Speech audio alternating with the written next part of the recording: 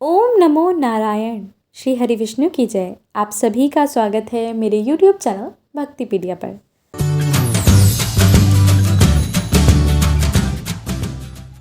धरती को माता का दर्जा दिया गया है, इसीलिए शास्त्रों में पृथ्वी को माँ भी कहा गया है। सनातन संस्कृति में सुबह उठते ही धरती को दाएं हाथ से स्पर्श कर माथे पर लगाने की परंपरा है।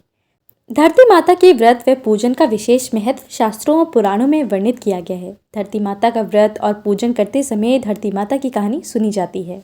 जो भी व्यक्ति सच्चे मन से धरती माँ की पूजा करता है उसे पाप कर्मों से छुटकारा मिलता है। धरती माता की कहानी सुनने से व्यक्ति की मनोकामना भी पूर्ण होती है।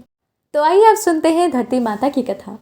बहुत समय पहले एक बहुत ही पुराना गाँव था। उस गाँव में एक महिला रहा करती थी। बहुत ही गरीब थी। वह बहुत ही मुश्किलों से अपने घर का लालन पोषण किया करती थी। उस महिला के एक लड़का और एक लड़की थी। महिला अपने बच्चों से बहुत प्रेम किया करती थी। उसने अपने बच्चों की हर ज़रूरतों को पूरा करने के लिए मजदूरी की। उसके बच्चे भी अपनी माँ से बहुत प्यार करते थे। धीरे धीरे वक्त बीतता गया। वक्त के साथ साथ बुजुर्ग होने लगी। तभी एक दिन उस महिला ने अपने बेटे से कहा, बेटा, तुम्हारी बहन की उम्र शादी करने की हो गई है। अब तुम कोई अच्छा सा लड़का देखकर जिसका परिवार अच्छा हो ढूंढकर अपनी बहन का विवाह कर दो। पर एक बात याद रहे, वही एकदम तुम्हारे जैसा हो। जैसे तुम अपनी बहन से खूब प्यार करते हो वैसे वह भी तुम्हारे जैसा होना चाहिए। उसी को अपनी बहन के लिए ढूंढना। तुम मुझसे वादा करो कि तुम मेरे बताए हुए लड़के से अपनी बहन का विवाह करवाओगे। उस महिला के बेटे ने अपनी माँ को वादा किया कि मैं आपके बताए हुई हर एक चीज़ का पालन करूँगा। जिसके बाद वह लड़का अपनी बहन के लिए वह ढूंढने के लिए निकल पड़ा। कई दिनों तक उसने लड़की की तलाश की, लेकिन उसको कोई लड़का नहीं मिला जैसा उसकी माँ ने उससे बोला था। एक दिन माँ की तबीयत अचानक से ज़्यादा बिगड़ गई। तबीयत बिगड़ जाने के कारण उसकी माँ का निधन हो गया। अपनी माँ का अंतिम संस्कार कर धूमधाम से पूरे रीति रिवाजों के साथ उसने अपनी माँ की विदाई की। माँ के गुजर जाने के बाद अब भाई बहन अकेले हो गए।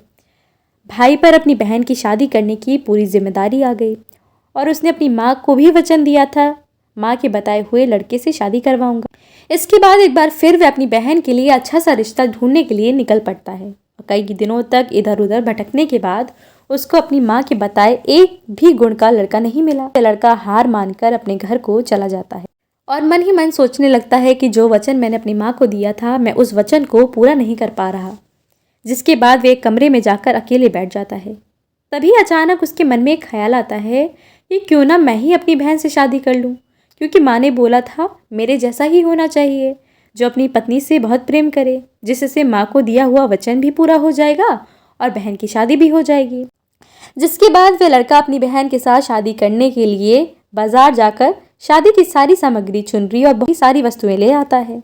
जिसको देखकर उसकी बहन उससे पूछती है, भैया ये सब क्या है, तुम ये किसकी शादी का सामान लेकर आए हो। जिसके बाद उसका भाई उसको बताता है कि तुम्हारी शादी के लिए मैं ये सब सामग्री लाया हूँ। जिसके बाद उसकी बहन अपने भाई से पूछती है, किससे शादी करवा रहे हो मेरी, अभी तो कोई शादी के लिए रिश्ता लेकर भी घर नहीं आया। जिसके बाद उसका भाई वहाँ बिना कुछ बोले ही चला जाता है। तभी उसकी बहन किसी काम से बाहर निकलती है। तभी गाँव में रहने वाले कुछ लोग उसको बताते हैं कि तुम्हारा भाई खुद तुमसे शादी करने के लिए शादी की व्यवस्था कर रहा है। तो उसके पैरों तले ज़मीन खिसक जाती है। जिसके बाद उसकी बहन तुरंत भागकर अपने भाई के पास जाती है और इस बात को अपने भाई से पूछती है कि बाहर सभी लोग कह रहे हैं, क्या ये वे सच है। अपनी बहन के पूछने पर भी भाई कोई उत्तर नहीं देता। अपने भाई की चुप्पी को देखकर वह समझ जाती है कि मेरे साथ ही शादी करने की योजना बना रहा है। जिसके बाद उसकी बहन एक लोटे में जल, चुनरी और चप्पल लेकर जंगल की ओर भाग जाती है। तभी वहाँ पर कुछ गाय चराने वाले व्यक्ति मिलते हैं जो उसकी बहन से पूछते हैं कि बेटा तुम कहाँ जा रही हो। लेकिन बहन कोई उत्तर नहीं देती और जंगल में अंदर चली जाती है। जंगल में बीचों बीच पहुंचकर वह जोरों से धरती माता को आवाज़ देती है, उनका आह्वान करती है, हे धरती माता मुझे बचा लो, नहीं तो यहाँ पर बहुत बड़ा अपराध हो जाएगा। जिसके बाद वह धरती माता से कहती है, आप मुझे अपनी गोद में बैठाकर ले चलो। थोड़ी देर में धरती बीच से फट जाती है। उसमें से धरती माता निकलती है, उसको अपनी गोद में बैठाकर धरती के अंदर ले जाने लगती है। तभी उसका भाई दौड़ता हुआ जंगल की तरफ आता है और गाय चराने वालों व्यक्तियों से पूछता है कि क्या तुमने मेरी बहन को कहीं देखा है। तब वे उसे बताते हैं कि जंगल में अंदर की ओर तुम्हारी बहन गई है। जैसे ही उसका भाई जंगल में उस जगह पर जाता है जहाँ पर धरती माता बहन को लेकर धरती के अंदर जा रही होती हैं, उसको सिर्फ अपनी बहन के बाल नजर आते हैं। वह दौड़कर तुरंत जाता है और उसके बाल पकड़ लेता है। तक बहुत ही देर हो चुकी होती है। धरती माता उसकी बहन को धरती के अंदर ले जा चुकी होती हैं, जिसको देखकर वह बहुत ज़ोर ज़ोर से रोने लगता है और अपने किए पर शर्मिंदा होने लगता है। तभी उसका भाई चिल्ला चिल्ला के कहता है कि मैं बहुत बड़ा अपराध करने जा रहा था, लेकिन मैंने अपनी माँ को दिए हुए आदेश का ही तो पालन किया था। ऐसा बोलकर वह ज़ोर ज़ोर से रोने लगा। पर धरती माँ ने सत्य के लिए बेटी को अपने में समा लिया। जो बाल बाहर थे वे दूब बन गए।